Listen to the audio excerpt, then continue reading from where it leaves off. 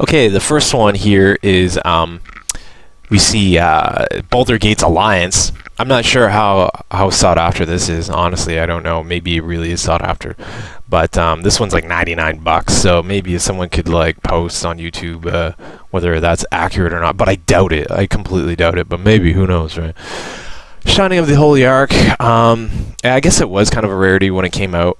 Not really a rarity, but if you were living in a bigger city, I would suppose that it was, maybe you could probably find it or whatever. But it's not Shining Force 3. I would say Shining Force 3 would be a lot more rare than Shining of the Holy Ark, or perhaps even what was that? Dragon Force, was that the one where you're the two armies? But then again, they remade that for the PlayStation. So I mean, like, if you want to play it, it's not really hard. But I'm just gonna zoom in here because it was, if you, after YouTube encodes all this shit, it's going to look like garbage. But Shining of the Holy Ark is $149.99. So that's ridiculous. And on the bottom, of course, they have Final Fantasy, the first one, for $49.99 with its box. I guess I've seen the worst prices for Final Fantasy 1, actually, or not so much I've seen the prices, but everyone's like, oh, Final Fantasy 1 for the old Nintendo, that's got to be a rare one. It's like, no, it isn't. Like, it's not Final Fantasy 3 for NES,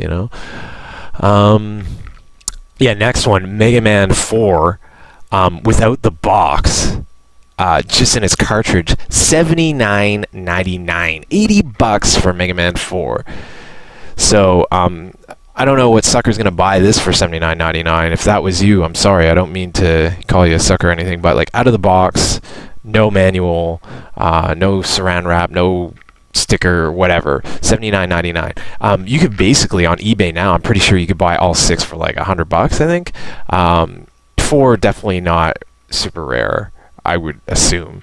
I always thought the first one was really rare, but even then, like, you go on eBay and you can find the first one for like $20. In the background, I think I see Lufia for Game Boy for like $59.99, and there's that Dance Dance Revolution Mario Edition, which was an absurd price. I think it's cut off there. I think it was like $100 or $199 or something ridiculous like that. Next on the list. Oh yeah, Strider Returns, $49.99. Strider 1 was $49.99, and as much as I love Strider, Strider Returns is like, I have Strider's Returns, and I think I bought it for like $9, if that, at like a pawn shop, with the case. I bought it with the case. I'm almost positive I have the case in an attic somewhere, but I know I have the cartridge for sure. Strider Returns, made by US Gold. It's not even like maybe the first Strider, I guess. $49.99, like, that's kind of reasonable. It's not as much as an outrage as some of the other ones here, but still, $49.99 for Strider Returns. Come on. And Phantasy Star. I don't know if that's. I don't know if I got the picture, but I remember Phantasy Star was really high here too. No, I don't think I took a picture of Phantasy Star. Yeah, Phantasy Star was like $199 or $149. Completely ridiculous. Here we go.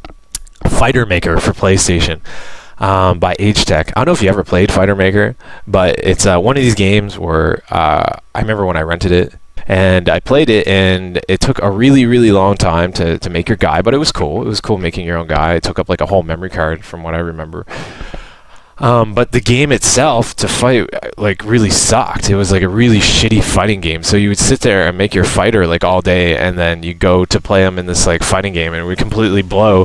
So maybe if you had like a bunch of friends that were into Fighter Maker, it would have been like worth your while, because you guys could all make your own dudes and like fight against each other. But anyways, definitely not worth $99, I don't think. In the video game buckets, because I'm pretty sure this was like a common game that they had like at least one copy of it, like every Blockbuster Video or retail chain. I'm sure a bunch of people picked this up for used for a lot less than $99.99, $100. Breath of Fire 2 for Super Nintendo is $149.99. What the fuck? The thing that originally and if you look at the top corner, you might not be able to make out what game that is, but it's King of Fighters 99 for PlayStation, and it's only $69.99. Wouldn't King of Fighters be worth more than Breath of Fire 2? Like, I always thought the King of Fighters series were more sought after, especially like for Dreamcast, like the Japanese Dream, but that's a PlayStation one. But anyways, King of Fighter 99, I would sooner buy for 150, thinking it's a rarity, than Breath of Fire 2. But anyways, whatever. I guess that's just preference. My argument that I'm trying to make is that $149.99, even though it's a Super Nintendo card for Breath of Fire 2, it's completely ludicrous, because I'm sure online it's cheaper. I'll go double check that. Maybe I'll throw in a comment. Whatever. I think someone out there will agree with me. But yeah, the one that caught my eye was Super Puzzle Fighter 2 Turbo. I don't know if that was a rarity or not. I remember playing it when it came out, but the store really only had one copy of it. But it's $99 here. It's a good game. It's definitely a good game. But you could get it for like Game Boy Advance. Like you could, it's almost a perfect port too. You get Super Puzzle Fighter for like a lot of different systems. So I don't know. And anyways. Breath of Fire 4 for PlayStation is $229. Okay, I borrowed this from my friend. I have the case for it. Actually, I just threw out the case the other day. But I think I saved the art because I just don't like keeping the cases for my games anymore. Because after you have so many, it's just like, oh, this is pointless. Like, why am I doing this? Because, anyways, yeah, $229. I borrowed this from my friend and did one of those things where I haven't gone around to letting him back. But now I feel like it's kind of weird because it's $229.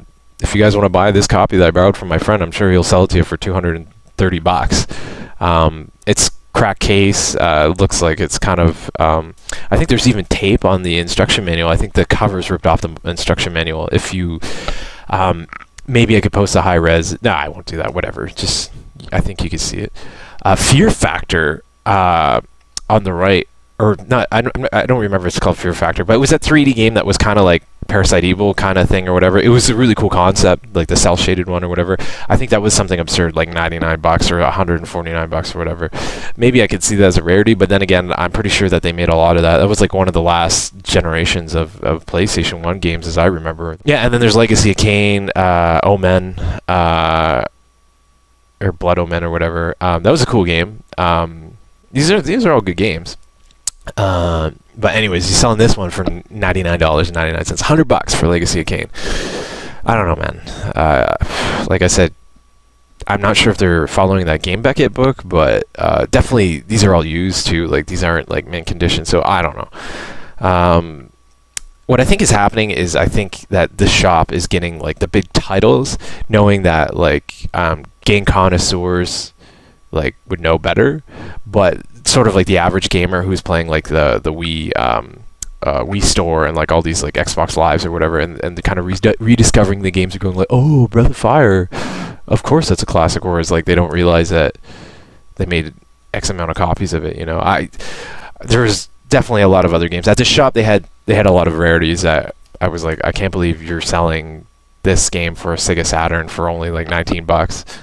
All right, Castlevania for Nintendo 64, like one of the shittiest games ever fucking made. I don't know if other video game reviewer guys online reviewed this, but it's awful. It's terrible. I remember renting it. I remember this being a piece of shit. Like, it was awful. I hated it. I really didn't like it. Maybe it was good. Maybe I didn't give enough time. But anyways, but $129.99. They have one that's in the box, so I guess that's all right. But they have one that's out of the box. It's like $69.99. So I don't know. Maybe it's sought after. I doubt it. I don't know. Who knows? Maybe it is. And Civilization for Super Nintendo, $129.99. Out of all the crazy ones, I guess that's kind of like reasonable. But even then, like I'm sure Civ for Super Nintendo, you could get that cheaper online on eBay. But the Civ people love their Civ, and for Super Nintendo, that's probably the most out of all of them, next to the Saturn RPG. Okay, I guess. But even then, I'm pretty sure you can find Civ at at a pawn shop for like way less than $129.